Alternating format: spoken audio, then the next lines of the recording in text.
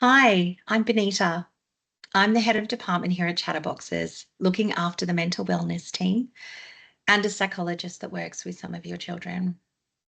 Thanks so much for your time today to watch this recording, especially when I know how much it is pulled in many different directions.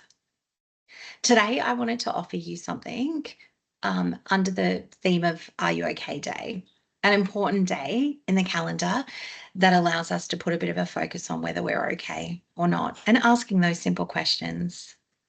This today is intended as a way of offering some support and help. And we're going to talk about your regulation, the regulation of you when you're parenting your children. Caring for a child with sensory, emotional, and behavioural difficulties can absolutely be exhausting. You may find yourself in a near constant state of vigilance. And this is definitely not a personal failure, it's actually a nervous system response.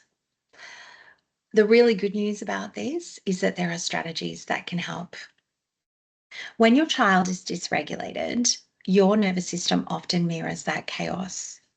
You yourself might feel flooded, helpless, and reactive. I know I certainly do on many occasions. This is totally normal and also very human.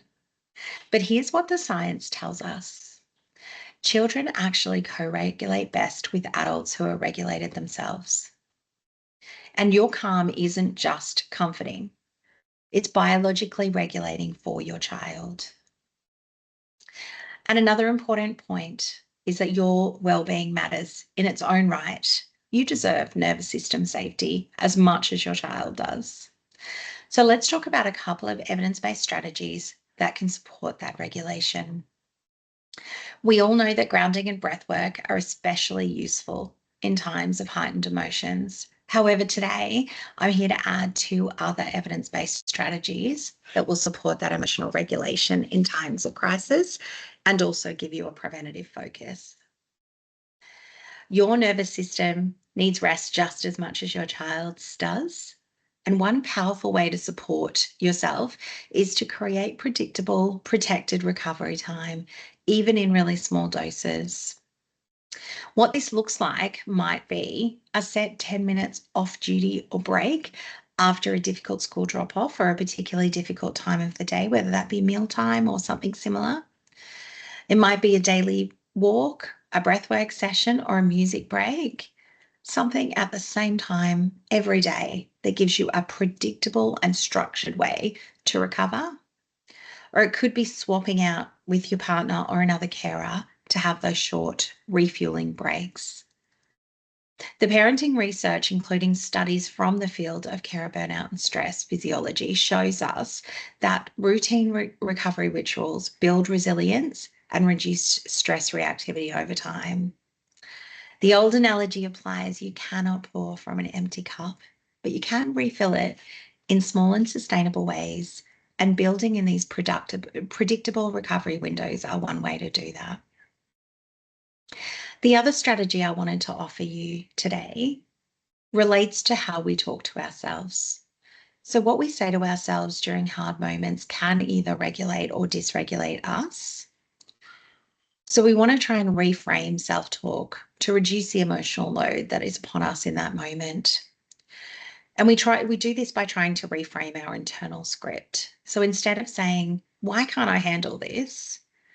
you might say instead, "This is hard and I'm doing the best with what I have." Instead of saying, "I'm failing them," you might say, "We're both struggling right now and we'll get through this together." Cognitive behavioral studies show that self-compassionate reframing reduces cortisol levels and improves emotional resilience. And it's a particularly powerful strategy to use in a moment or when you feel those negative kind of thoughts creeping in times of need. When you speak kindly to yourself, your brain registers safety, and that safety will then become your child's too. So it's a win-win for everyone. So just to give you a little final wrap up, Breath work and grounding are obviously a great place for you to position yourself and to continue to use. I know many of you that I've spoken to discuss how important this is for you in regulating throughout your days.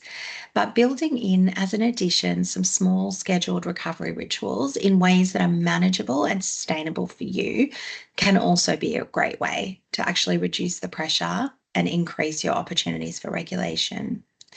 And finally, practicing compassionate and realistic self talk is also a critical step in the picture and a very powerful one. When we change our cognitions, we change our feelings and our behavior related to that. These tools aren't just nice to have, they are tools that are going to help you stay steady. And that steadiness that you provide is going to be the most powerful support that your child can receive and will also go a long way to preventing care burnout for you. Thank you so much for your time. Please don't hesitate to reach out if there's more that we can help you with.